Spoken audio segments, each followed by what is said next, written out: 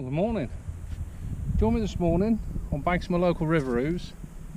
It's absolutely gorgeous morning. We've just come off the back of a fair drop of rain after having the prolonged hot spell. I had a lot of rain yesterday and again the day before, so it's freshened up the water a lot. The water temperature is lowered a little bit more to what it should be for sort of this time of the year. There's a little bit of movement on it. I was in the tackle shop earlier and talked to Adrian in there, and we looked, and they're actually filling up the water at the moment, so they're filling up the level, which they'll more likely run it off hopefully sort of around about midday, early afternoon sort of time. So we've got a nice little tinge of colour in it. So what I've come out to do, I've just literally set up one rod. I've got a couple of rods by the side of me if need be, but I've just set up one feeder rod. I'm going to fish down the same line, which is round about 30-35 metres. I've got that clipped up and just going to keep going down the same line all the time and hopefully build a swim up and get one or two fish. So rod is a Cadence 12-foot number 2 feeder. I've got usual sort of 6-pound shock leader there. With 4-pound main line, plenty of ground bait around the reel, which in this instance is a CS10 4000.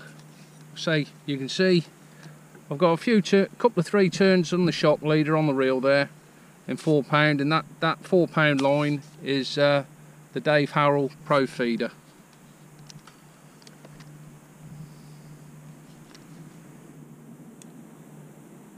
I've got a nice sort of 2-inch running link there.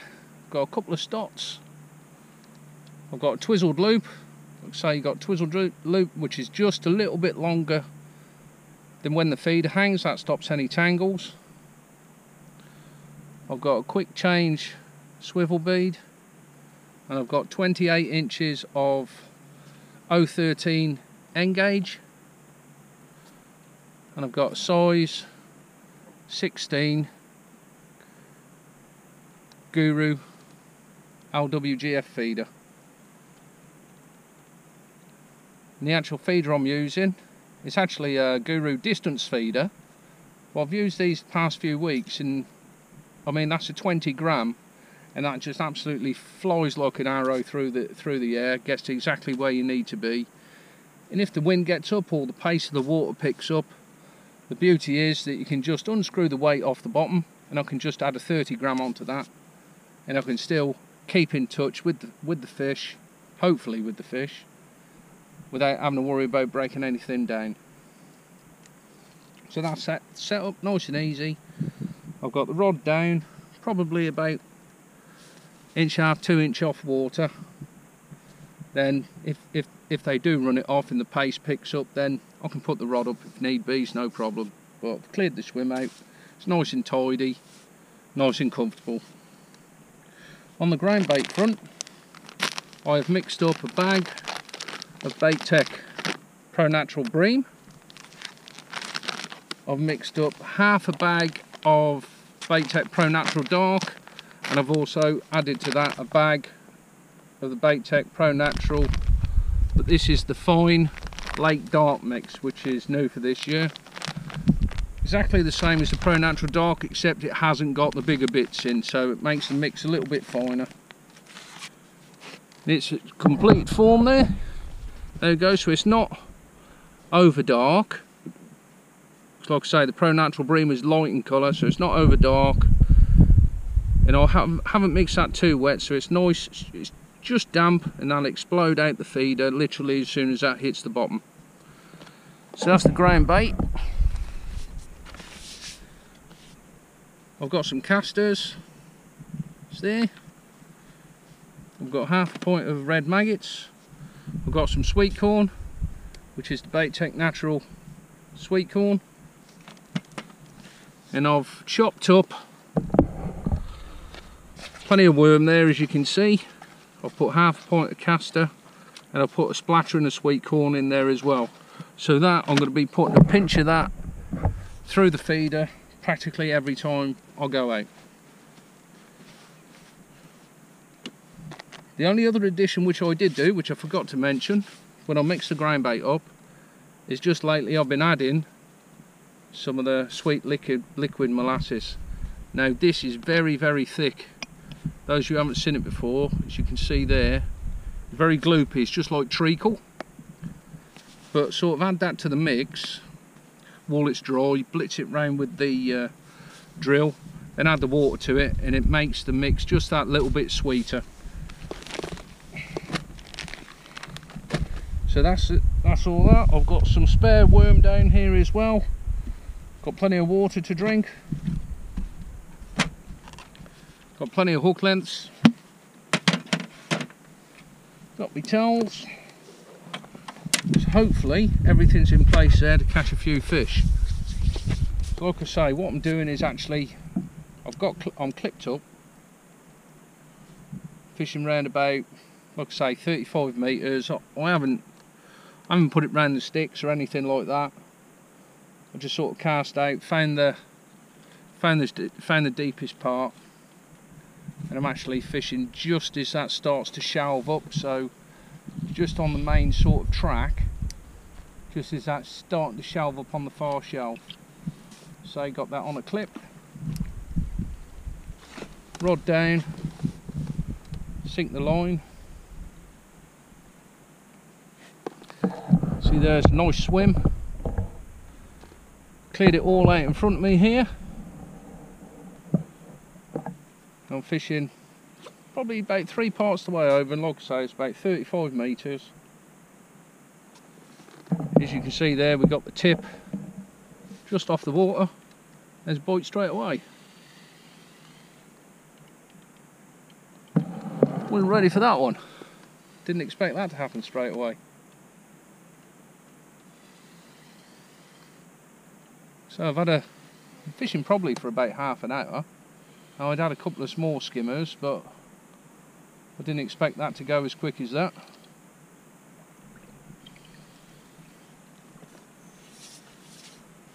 A nice little skimmer.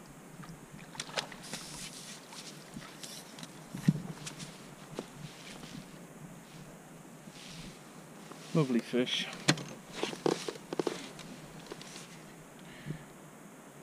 There we go. Nice little skimmer.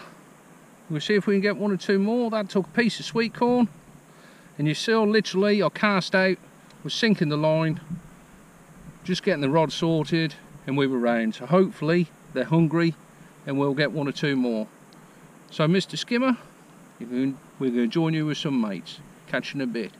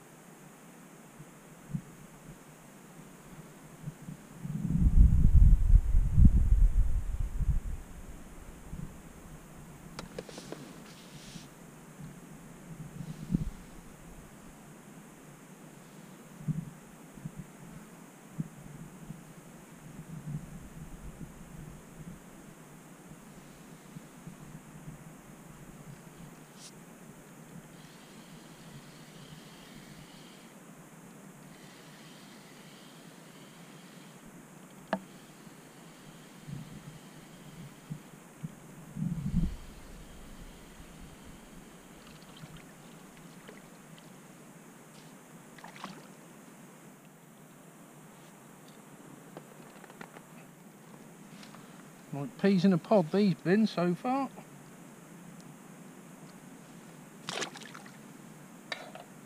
Still on the corn.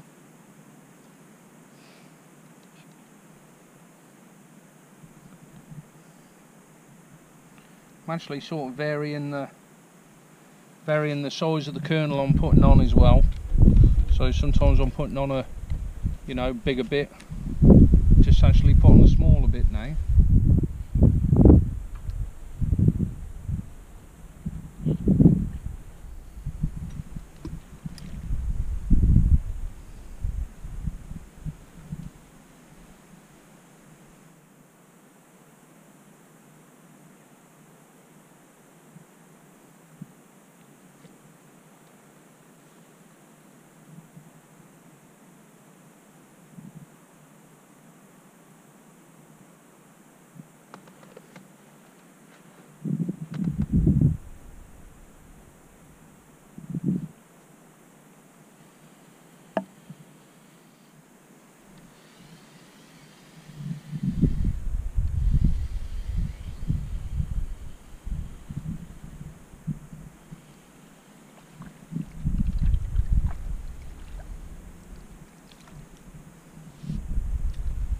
Skimmer Bob.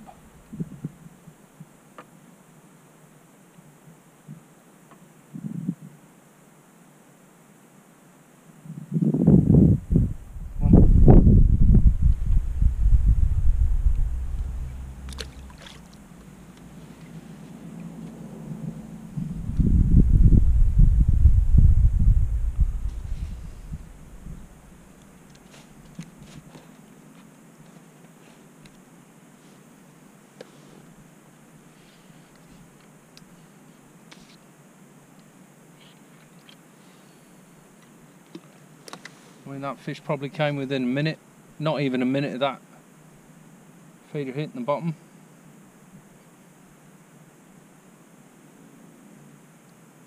That feeder's right, just touched the bottom now. I'm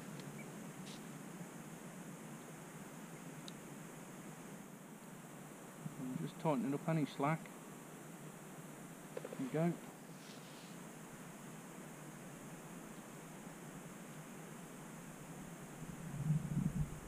Bite already, so it's at 10 seconds of that feeder hitting the bottom and I've had a bite.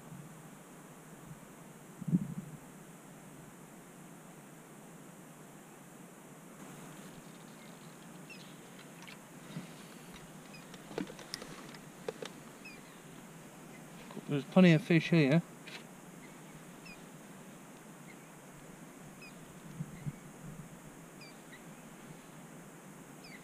This bit's actually part of the King's Lynn water, which is the area is sort of known as Manton's Farm, because the farm is just there.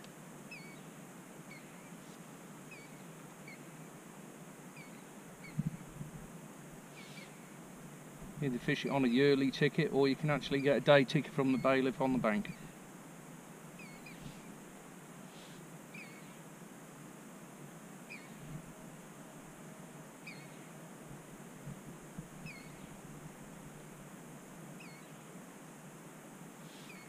Constantly moving all the time, the tip is. It's one of these days where you'd love to get a sort of camera and go down there and actually see what's going on under the water, because there must be so many fish there.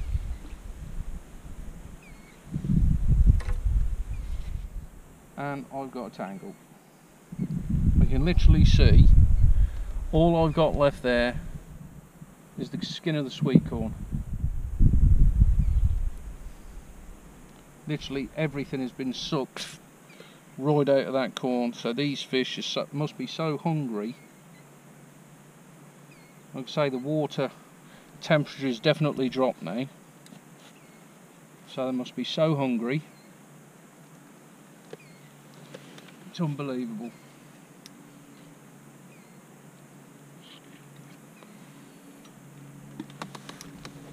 So I'm putting loads of worm in castor,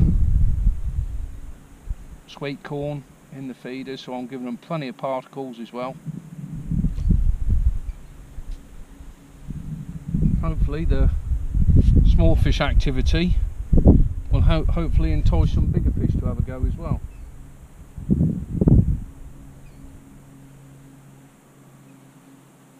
But either way, casting out and getting bites,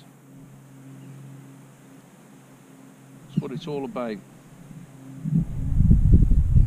Shouldn't mind if we weren't getting any bites, you know.